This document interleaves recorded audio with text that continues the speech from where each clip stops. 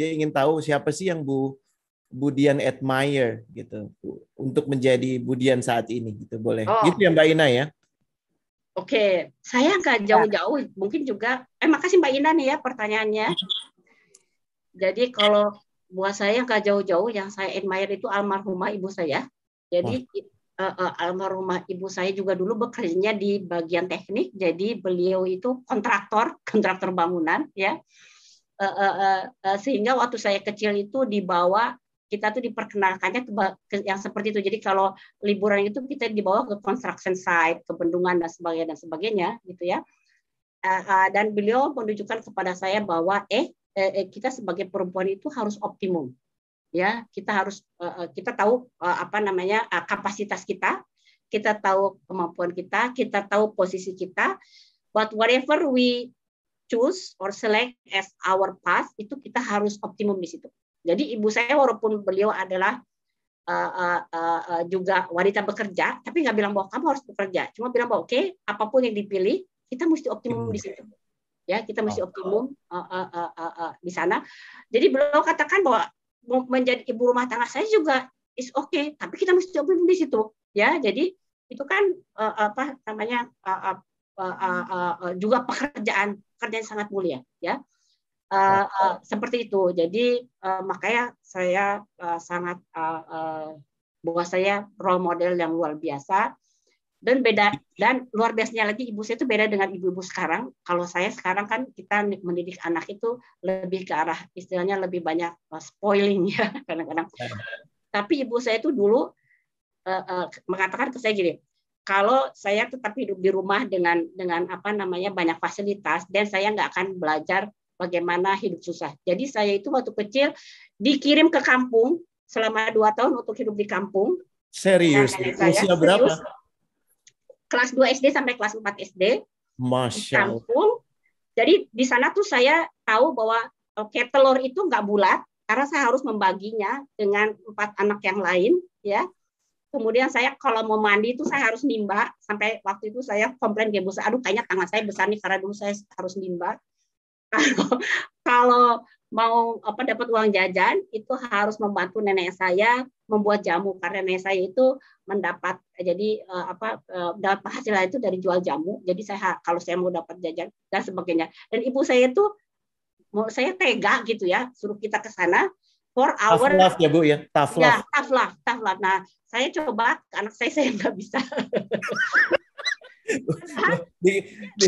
Itu awalnya saya itu komplain kenapa saya dikirim sana, tapi setelah 2 tahun sampai sekarang I cherish those 2 years ya, itu adalah the best time of my life. Jadi saya bisa mandi di sungai, saya kalau siang tuh di sekolah madrasah dan sebagainya, dan I learn many things from my grandma. Kampungnya di mana Bu Dian? Di Majalengka. Majalengka. Dan kalau boleh tahu nama Ibu Bu Dian siapa? Ibu Sadiah. Ibu Sadiah. Doa kami semua untuk Bu Sadiah ya. Maksudnya legasinya Bu Sadiah tuh tampak sekali malam ini di dalam diri Bu Dian. Ya Masya Allah, doa kami untuk beliau ya. Ini malam yang mustajabah untuk kita mendoakan. Ya, saya sangat yakin bahwa tugas utama dari pemimpin adalah mendevelop people. Ya, jadi kita itu bukan kasih konten ke mereka, tapi kita tuh mendevelop people. Itu tugas utama. Coba dicatat ya, itu jadi kaos ya. Tugas pemimpin itu to develop leaders. Ya, to develop leaders. Jadi kalau jadi memang kadang-kadang tim saya ya sesama direktur tuh bilang ke saya, Bu Dian, apa nggak capek? Ya, bahwa melakukan itu nggak capek karena apa? Tadi bahwa saya mesti ensure orang itu mengerti dengan cara berpikirnya, bukan dengan kontennya atau bukan dengan directing. Misalnya gini, kalau tadi ya, kalau kita tuh mau ke airport itu harus lewat sini ya, gini caranya ya, gitu ya, seperti itu. Tapi dengan mendevelop people, ini butuh kesabaran, itu butuh investment dari kita sebagai leader. Tapi percaya ya, hasil panennya tuh besar banget. Hasil panennya besar banget itu ya. Jadi kalau kita udah create leaders dengan the right mindset ya, itu mereka yang akan bantu kita. Jadi saya jadi hidupnya lebih enak. lebih ringan karena mereka jadi lebih pintar, mereka punya right way of thinking, mereka bisa istilahnya berinovasi, bernavigasi di situasi yang berubah-ubah. Kan kalau kita kasih konten, begitu ininya konteksnya berubah, jadi susah. Jadi yang saya ajarkan adalah sebetulnya seperti di dalam inilah bahasa pemrograman. What if, ya? If begini jadi begitu, if begini jadi begini, gitu ya. Jadi mereka bisa beradaptasi dan mereka bisa agile menghadapi situasi yang ada, perubahan situasi yang ada. Begitu. That's precious banget, Bu Dian. I think the top notch yang tadi disampaikan yang mesti kita pegang bersama. Walaupun besok itu katanya hari kematian kita, tapi jangan pernah berhenti menanam bibit, dan menanam bibit terbaik itu adalah manusia, ya, talenta. Bagaimana Ibu membangun bukan karena struktural, tapi Ibu membangun teamwork itu secara dari hati, bukan karena takut kepada Ibu, karena ini atasan saya. Dan bagaimana Ibu menilai bahwa tim Ibu itu memang mendukung secara sepenuh hati, bukan karena terpaksa karena Ibu adalah orang pemimpinan kami, tapi Ibu adalah orang pemimpin yang benar-benar harus didukung karena mempunyai tujuan-tujuan yang mulia. Kedua, Ibu, dalam sebuah tim pasti ada yang tidak sejalan atau tidak sependapat, atau Ibu nilai itu orang brengsek, begitulah. Apa yang Ibu lakukan? Terima kasih. Nggak ada ruang buat orang brengsek di Excel, habis itu udah langsung keluar sama Bu Dian, udah dikeluarin. Ya, Pak Awe, terima kasih buat curhatnya. Ini cerita diri, itu biografi dia, Bu, sebenarnya. Oke, Mas Awe, terima kasih. Terima kasih untuk pertanyaannya. Jadi kalau yang saya yakini ya, bahwa kita menjadi leader itu we have to lead from the heart, not just from the head, ya, not just from the head, tapi we have to lead from the heart, ya. Jadi kita harus treat our employees not just as numbers, ya, not just as like vehicles, but kita harus memang treat mereka sebagai human being, sehingga kita tuh harus punya emotional connection dengan mereka, ya, dengan employees. Nah, bagaimana supaya kita punya that emotional connection? Kita tuh harus punya banyak empati, Mas, ya, banyak empati, dan itu diterjemahkan kepada kita showing bahwa my priority as a leader itu adalah their well-being, ya, their well-being.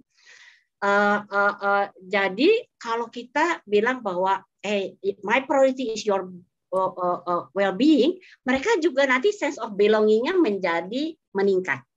Nah, seperti itu. Nah, empati ini menurut saya kalau dulu barangkali ya, Mas Reni yang mungkin yang lebih ahli, itu nggak masuk ke dalam rumus leadership. Kalau menurut saya sekarang empati itu adalah di rumus leadership barangkali itu nomor 1 ya, Mas Reni. Nanti Mas Reni yang bisa mungkin ini ya. Punya empati itu adalah menurut saya bukan lagi itu mandatori lah buat setiap leader itu. Jadi itu persyaratan Bu Dian sebelum mendapuk seseorang menjadi leader di XL gitu, atau within your group, you check on their empathy level gitu. Yes. Kita harus tahu what is their empathy level. Karena kalau empathy levelnya tidak tinggi, itu orang itu sulit untuk memahami konteks karyawan. Kan mereka itu, kalau setiap karyawan itu konteksnya ada 2. Dia konteks dia di dalam kehidupan pribadinya dan konteks dia di kehidupan organisasi atau di perusahaan gitu. Jadi kalau kita nggak punya empati, kita sulit untuk melihat. Nah, ini berhubungan dengan pertanyaan Mas Kawi yang kedua, bagaimana kalau orang itu mbalelo gitu ya. Nah, yang biasanya saya lakukan tuh saya harus mengerti dulu konteksnya di apa. Dari pengalaman yang saya punya nih, mungkin teman-teman di sini yang juga leaders yang hebat dan juga C-level, dan saya yakin pengalamannya sudah banyak, tapi mungkin from my humble experience itu biasanya orang itu berlaku nyeleneh itu kalau dia punya masalah tertentu. Ya, dia punya masalah tertentu. Nah, itu kalau kita punya empati terus kita berusaha mengerti, ini kenapa ya, barangkali dia punya masalah di keluarganya. misalnya ya, atau dia punya sebetulnya dia tuh ada clash dengan teman sekerjanya, atau dia punya clash dengan bosnya. Ya, so the first thing to do is in that situation, Mas Hawe, is to understand the context. Apa yang menyebabkan dia seperti itu. Nah, kalau saya biasanya saya spend time untuk menyelidiki. Saya tuh jadi pelajari juga. Saya pernah punya temannya yang susah banget, terus saya pelajari. Ternyata teman saya itu umur 5 tahun sudah ditinggal ibu bapaknya. Ya, umur 5 tahun beritanya, sehingga dia itu karena dia waktu itu dia bilang saya takut dibully, sehingga dia selalu menunjukkan bahwa dia itu strong dan sebagainya, sehingga sebetulnya dia tuh mudah crack gitu ya, karena dia harus masking ini. Akhirnya dari situ saya mengerti kenapa dia berbuat seperti itu. Ya, jadi understand that person context ya. Tentu kita tuh harus melakukan coaching dan counseling ke yang bersangkutan. Nah, tapi kan kita bekerja di korporasi ya, kita bekerja di korporasi yang kita tuh ingin result dari orang ya. Kewajiban kita mendevelop, kewajiban kita memberikan pengertian. Kalau terus juga sudah tidak itu, ya kita pakai prosedur yang biasa. Oke.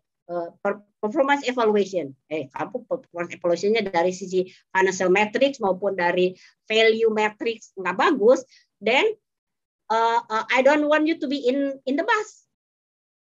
Kita harus sampai di sana ya. Tapi untuk sampai ke sana, then we have to go through proses yang benar dan bisa dipertanggungjawabkan, dan juga tadi melalui empati. I think Budian what you're saying is empathy, compassion udah masuk semua di sini. I know it's easier said than done ya, apalagi kalau udah bicara tentang orang yang kita udah naturally dislike for whatever reason. Saya jadi teringat di sini, izin berbagi juga dari Abraham Lincoln, dia bilang I don't like him, I need to get to know him better. Gitu. Itu susah banget. Ya, betul. Susah banget. Dan sebenarnya esensi yang disampaikan sama Budian tuh is exactly that. Kadang-kadang kita udah membiarkan ketidaksukaan kita dominan untuk sebelum kita mengenal orang itu. Jadi pertanyaannya bagaimana menjadi follower yang baik. Nah, kalau menurut saya dalam satu tim, kita lihatnya ini dalam interaksi dari dua yang terjadi ya, dalam konteks dalam tim. Itu menjadi follower yang baik itu bukan berarti bahwa kita itu harus agree to everything yang bos kita bilang ya. Kalau Anda jadi yes man, itu bukan sebetulnya Anda tidak membantu, itu Anda adalah merusak that interaction, jadi merusak dinamika.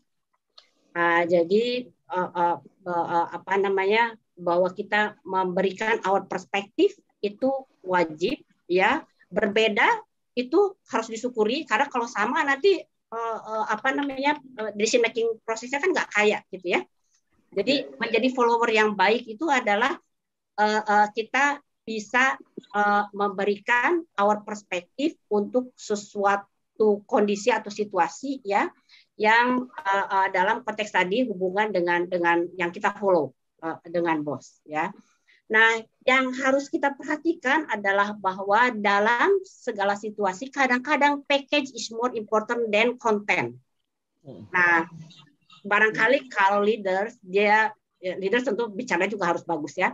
Nah, tapi kadang-kadang kalau follower itu pada saat kita mengutarakan pendapat kita, itu kita tuh harus bungkusnya itu dengan sangat elegan, so then our boss itu bisa istilahnya menerima ya input tersebut dan mengkonsiderasikan pada saat beliau atau yang bersangkutan itu membuat keputusan. Nah, jadi itu kadang-kadang package itu lebih important dari konten, padahal sebetulnya nggak begitu. Tapi kita mesti ingat kita melakukannya harus dengan elegant way ya, supaya our point of view itu bisa tersampaikan dengan baik dan bisa diterima ya.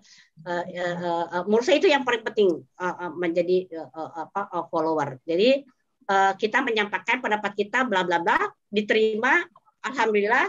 Kalau tidak diterima dan tetap kita harus jalan dengan keputusan yang ada. Jadi jangan gini, karena ini tidak sesuai dengan pikiran saya tidak mau menjalankan, ya. Yeah. Jadi kewajiban kita adalah memberikan perspektif kepada input, ya. Jadi saya juga sebagai atasan, saya selalu bilang gini, lo ya kalau punya pikiran beda, jangan membuat saya terjerumus ya, masuk jurang, harus bilang, ibu salah gitu, ya. Ibu salah nih, saya bilang, lu jangan jerumusin gue ya, kasih gue input nih, kalau yang saya katakan itu salah. Nah, itu follower yang baik adalah yang berani memberikan input dengan cara yang elegan. Dan harus dipahami bahwa yang namanya rezeki itu bukan dari bos, ya, bukan dari perusahaan, tapi dari Allah, Masya Allah. Nah, itu jadi kalau punya pemikiran bahwa hidup saya tergantung sama bos saya, itu misleading. Ya, tapi Budian, the message is in the message. Your point well taken. Ya, Muhsin juga saya yakin bertanya karena dia meneliti ini, dan I think jawabannya Budian membuat Muhsin senang. Ya, Muhsin ya, relatable banget. Ya. Relatable banget. Karena jadi follower bukan artinya follow aja, tapi juga memberikan konstruktif input, konstruktif feedback, bahkan termasuk ketidaksepakatan, ketidaksetujuan. Powerful. Do you have any ambitions pada saat Ibu menjadi engineer di Excel dan one day you are becoming a CEO di perusahaan, gitu ya? Itu sih Bu satu. Terus itu yang pertama ya Bu ya. Terus and then how gimana Ibu putting yourself dalam proses yang Ibu jalani itu gitu ya. Terus yang kedua, ini pertanyaan agak kurang ajar apa gimana, tapi minta maaf sebelumnya. Are you happy, Bu? Okay. Are you happy being a leader, being a mom, being a wife, being whatever you are gitu right now? Do you ever have a feeling that I am missing something for the things that I have achieved in my life? Lah, Wah, dalam banget. Ya, aku emang biasanya nanya paling belakang, Bu.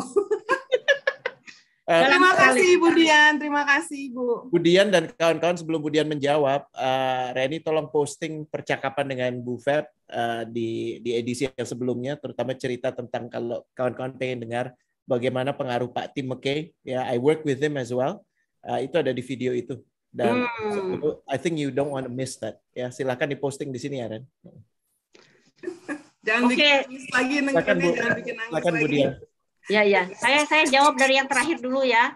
Ya Bu, silakan Bu. Terima kasih Bu. Am I happy gitu ya sekarang? Kalau menurut saya happy itu Bu, kalau kita things berjalan sesuai dengan ekspektasi kita, ya, dan kita happy. Jadi yang kita manage adalah ekspektasi. Jadi yang kita manage, karena kalau saya taruh ekspektasi saya di sini, then I have to be, saya harus hebat dalam segala hal, saya nggak akan bisa happy. Jadi yang saya bisa manage adalah ekspektasi, karena menurut saya happiness itu relative to our expectation. Jadi kadang-kadang gini, saya nggak harus spend the whole day with my son misalnya, tapi kalau misalnya saya pulang kantor saya bisa dinner dengan dia, that makes me happy. Because itu udah ekspektasi saya adalah saya mau dinner dengan anak saya tiap malam gitu. And when I achieve that, then I'm happy. Ya. Jadi kalau kita mau happy, then manage your expectation. Itu ya. Dan kita mesti kita mesti hilangkan our aim to be perfect. Ya, jadi perfection. Kalau kita perfeksionis nanti susah jadi happy. Itu yang harus kita hilangkan, termasuk jadi leader. Kita kalau perfeksionis, itu kita susah untuk appreciate anak buah. Ya, karena kita kan biasanya ngukur kalau ke anak buah itu, ini kalau untuk tadi happiness di keluarga misalnya, kalau kita sebagai leader, happiness kita tuh kalau anak buah kita tuh mencapai apa yang mereka inginkan, ya, atau mereka yang harus deliver gitu. Nah, kalau kita nih perfeksionis, kita maunya selalu di sini, itu sulit buat kita untuk mengapresiasi dan juga memberikan apresiasi atau even just hanya pujian gitu. You are doing well, job well done, dan sebagainya. Jadi perfeksionis itu harus dihilangkan ya, supaya kita, kalau saya lihat mereka berhasil, saya happy ya. Kalau mereka bisa lebih hebat dari saya happy. Kalau mereka bisa naik pangkat, wah itu saya lebih happy lagi. Even kalau mereka pindah ke perusahaan lain dan mendapatkan apresiasi yang lebih besar di perusahaan lain dalam bentuk gaji atau title, I am happy. Jadi saya itu nggak sebel kalau anak buah saya pindah ke tempat lain, kalau mereka mendapatkan sesuatu yang lebih bagus. Karena saya merasa, oh, yang kita develop di Excel itu berhasil diapresiasi oleh perusahaan lain. Wow. Nah, kalau kita bisa melihat seperti itu dari sisi yang positif, happiness itu mudah didapat. Ya, jadi kita mesti membuat konteks atau buat happiness itu terjadi. Karena menurut saya kalau tidak diusahakan itu nggak akan datang dengan sendirinya. Ya. Kadang-kadang kita nggak bisa kontrol yang di luar kita ya, Bu Dian ya. So it is up to us yang bisa kontrol diri kita sendiri gitu kan ya. Betul. That's why yang kita manage our ekspektasinya aja. Kita manage ekspektasi kita. Betul. So you cannot make the change for the whole organizations. And it makes you upset gitu ya, udah make the change for 1% at a time, gitu kan ya? Agak-agak keancol nih bawaannya nih. Tapi Bu, bukan berarti kita merubah target atau menurunkan target, enggak. Benar. Tetap di situ. It's about ourselves kan, gimana kita memanage diri kita kan, supaya kita bisa jalanin tantangan itu dengan baik gitu. Correct. Betul. Saya akan membawa grudges. Saya akan traktir Bu Dian dan Bu Feb sama beberapa hanya perempuan ya, termasuk istri saya, supaya nggak jadi fitnah, untuk ngopi-ngopi setelah dalam waktu dekat ya. Karena ini menarik sekali ya. Ditraktir kita. Ya, insya Allah ya. Dan Bu Dian terima kasih sudah memberikan bukaan untuk obrolan pekan depan. Karena pekan lalu kita ngobrolin soal self-love and self-discipline. Pekan depan kami akan bicara soal managing expectation with regards to happiness. Dan sudah diantar dengan sangat manis oleh Bu Dian di sini, ditanya dengan sangat baik oleh Bu Febi. Wah, the universe. Nanti Bu Dian nanti ujung-ujungnya kita berdua disuruh jadi co-host sama Rene. Biasanya begitu. Lihat aja, ada Rene. Saya nggak mau Bu Dian melakukan apa-apa kecuali satu, kalau nanti diundang ke G20 lagi, saya mendampingi untuk bawain koper. Bu Dian saya siap. Bawain belanjaan. Okay, thank you ya Bu Feb ya. I'll connect you to Bu Dian insyaallah habis ini. Ya. Yang pertama tadi apa tadi ya? Belum ya. Did you ever have an ambitions because ambisi Bu Dian. Ini menarik sekali ya, karena begini. Mungkin saya agak berbeda dengan kebanyakan orang karena I plan laki-laki Bu atau laki-laki. Ya, kebanyakan laki-laki ya. Saya itu merencanakan hidup saya gitu ya. Jadi saya waktu SMP karena tadi ya dengan ibu saya di bagian teknologi, bapak saya juga, saya tuh udah pikir saya akan kerja nanti, saya akan sekolah di bidang ke-engineeringan, saya akan bekerja di sana. Jadi pada saat saya masuk Excel, ini cerita nyata ya, saya ditanya sama direktur HR-nya, saya waktu itu melamar menjadi engineer, bayangkan engineer ya. Jadi engineer itu staff, direktur itu levelnya beda 1, 2, 3, 7 kali ya, 7 bedanya. Terus saya ditanya, apa yang Anda bayangkan, posisi apa yang Anda bayangkan 15 tahun dari sekarang? Saya bilang menjadi CEO. Nah, terus terus ketawa si direktur HR-nya. Dia ketawa. Katanya, saya ini kan emang interview kamu buat engineer, buat staff. Buat staff katanya. Terus dia bilang itu masih jauh banget kamu buat ke sana. Enggak apa-apa, saya bilang. Saya berkeluarga, saya punya anak. Kalau saya bekerja hanya untuk menghabiskan waktu dari jam 8 sampai jam 5, dan enggak optimum ya. Saya udah meninggalkan rumah anyhow dari jam 8 jam 5. Jadi saya harus optimum, saya harus mendapatkan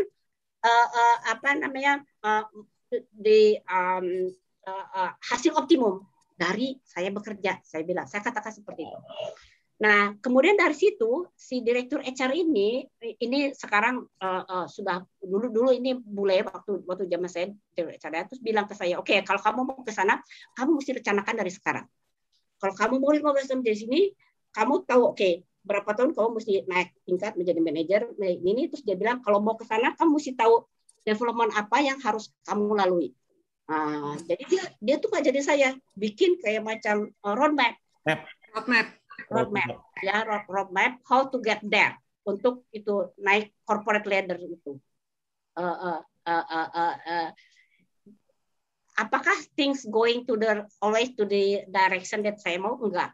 Ya, jadi kadang-kadang kita mesti kalibrasi tuh. Oke, ini saya 2 tahun belum nyampe situ, tapi oke, apa yang mesti saya lakukan nih? Barangkali saya harus move sideways dulu, misalnya, dan sebagainya gitu. But I plan my own career. Jadi kadang-kadang Bu Feby ya, yang saya perhatikan ya, saya bukan stereotyping wanita, tapi berdasarkan observasi saya terhadap karyawan perempuan saya dan juga leader perempuan. Kalau saya tanya, kamu mau jadi apa? Mereka nggak mau bicara, karena mereka takut kalau mereka menunjukkan ambisi itu dianggap ambisius. Sementara kalau laki-laki ditanya ambisinya, itu dianggap mereka, oh bagus punya tujuan. Tapi kalau perempuan dibilang ambisius. Itu tadi yang stereotyping yang sebelumnya. Jadi, padahal harusnya kita juga nggak sungkan-sungkan untuk mengartikulasikan our target, even dalam hal karir. Nah, jadi mereka kalau ditanya, kamu mau jadi apa? Saya sih gimana ditugaskannya aja, Bu. Nah, kalau perusahaan mau saya ke situ, ya saya oke. Tapi kalau enggak juga nggak apa-apa. Nah, itu buat saya nggak masuk logik saya. Kalau logika saya itu hidup lo gitu ya. Masa nggak punya keinginan? Itu kan hidup. Ya, masa nggak punya keinginan gitu. Ya. Jadi kadang-kadang kalau mereka pikir mereka akan senang kalau saya jawab, saya gimana perusahaan saja, Bu. Karena menurut saya kalau orang nggak punya passion, nggak punya tujuan, dia tidak akan optimum dalam memberikan dalam menjalankan fungsinya ya di posisi itu. Begitu. Ya, tapi I think Bu Dian pasti nggak cuma hanya terfokus where you want to be, tapi juga aware if you want to go there.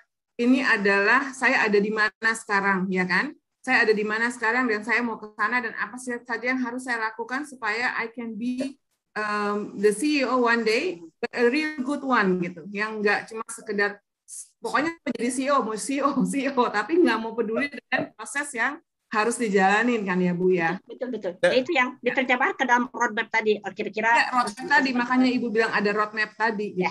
Ya. Ibu where you are at that time and where you want to go and how are you going to get there. Saya mau tanya bagaimana sih ketika Bu Dian dahulu gitu anak-anak mungkin masih butuh perhatian atau bagaimana terus menyeimbangkan gitu antara keluarga dengan pekerjaan hingga sampai di posisi Ibu sekarang gitu sih Bu. Assalamualaikum warahmatullahi wabarakatuh. Waalaikumsalam.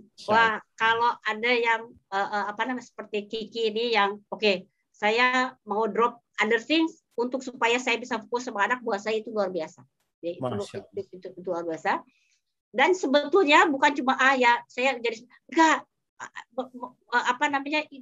itu menurut saya bisa diisi dengan 10 tahun saya akan mengurus urusan domestik, tapi tujuannya adalah nanti anaknya akan misalnya dia misalnya aja lah ya ini ya. Nanti bisa hatam Al-Quran berapa kali ya misalnya, atau bisa menghafal berapa juz gitu kan, bisa aja ya, jadi mengisi dengan objektif tertentu gitu ya. Nah, saya juga dulu kenapa saya bilang long and winding road, karena sebetulnya guilty feeling itu kan nggak bisa dihilangkan, itu selalu ada, karena kita guilty feeling itu selalu ada ya. Yang saya pegang teguh adalah bagaimana kita mempunyai prioritas yang sesuai dengan keinginan saya dan keluarga, gitu ya. Wow. Nah, keinginan saya dan keluarga, bagaimana kita punya prioritas. Dan saya juga tidak muluk-muluk, saya nggak saya tahu bahwa saya juga bukan Wonder Woman, jadi saya itu nggak bisa I can be good in all things, ya. Tapi kita mesti mitigate. Jadi misalnya begini, kalau kita mau di Indonesia, menurut saya kita ini blessed karena di Indonesia itu supporting system itu banyak, ya. Jadi kita punya extended family, kita ada nannies. ada asisten di rumah, kita di kantor punya asisten, kita bisa punya supir, punya garda segala macam. Jadi kita punya supporting function yang bisa membantu kita melakukan tugas-tugas kita keseharian. Ya,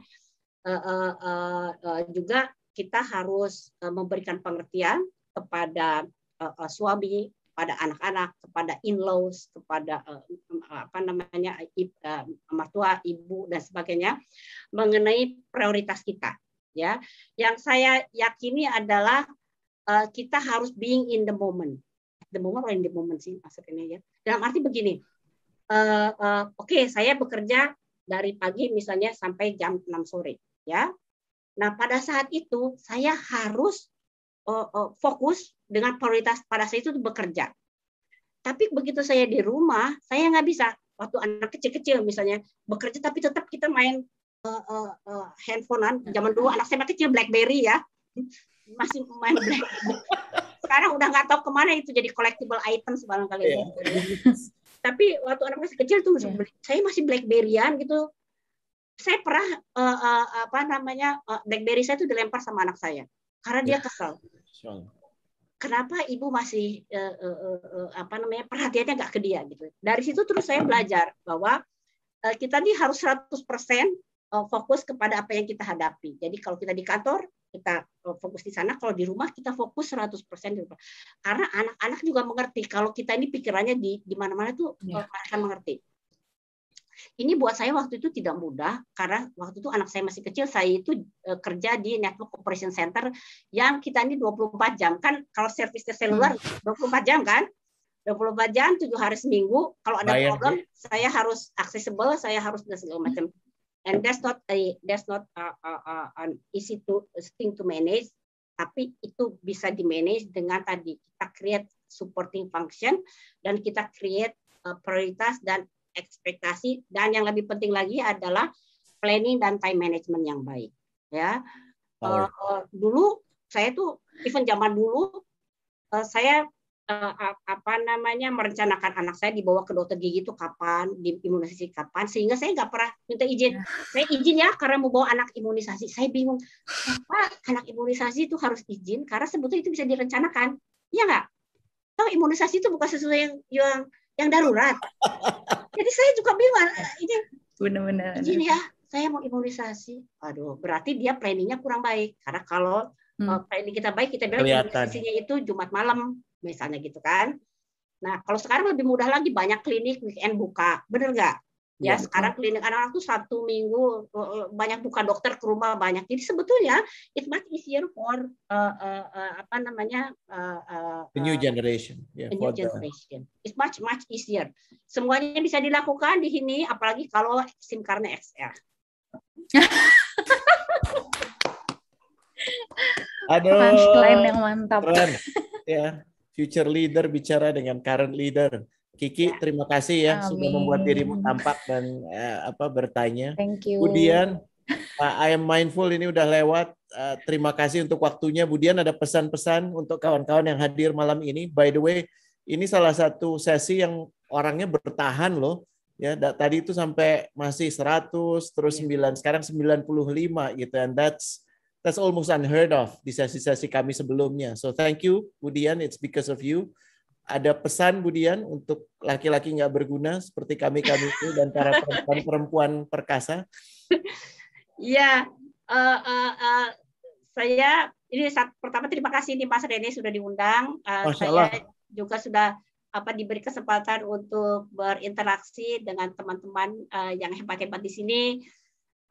Juga mendengarkan perspektif dari teman-teman semua. Jadi kalau nanti ada acara lagi boleh diundang lagi Mas Deni, saya untuk menjadi pendengar.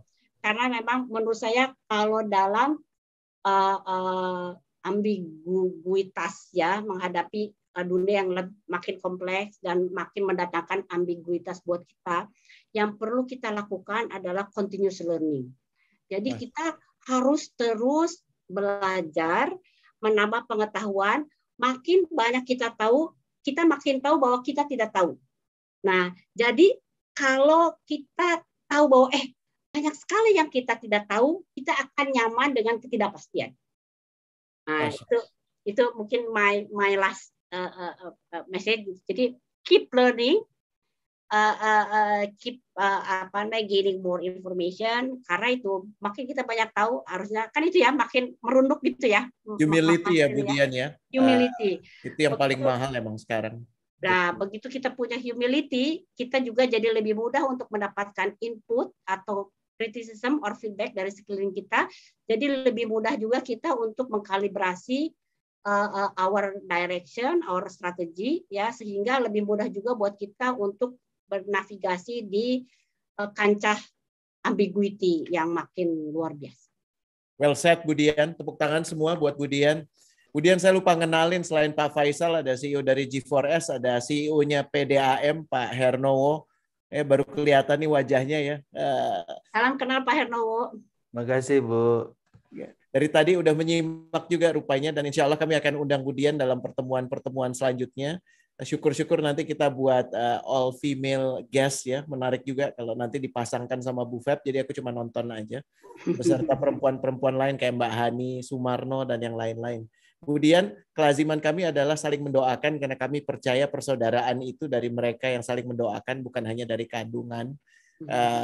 Izinkan kami untuk mendoakan Bu Dian agar diberikan usia yang panjang, diberikan usia yang barokah, yang senantiasa menyebarkan kedamaian, keberkahan untuk apapun yang Bu Dian lalui, dan semua bibit yang Bu Dian tanam, terutama dalam diri manusia-manusia di Excel dan selebihnya, sudah menjadi wakil orang Indonesia loh di G20 ya. Ini jadi sesuatu yang barokah dan manfaat. Terima kasih, mohon maaf salah kata, salah perbuatan. Wassalamualaikum warahmatullahi wabarakatuh. Waalaikumsalam warahmatullahi wabarakatuh. Waalaikumsalam.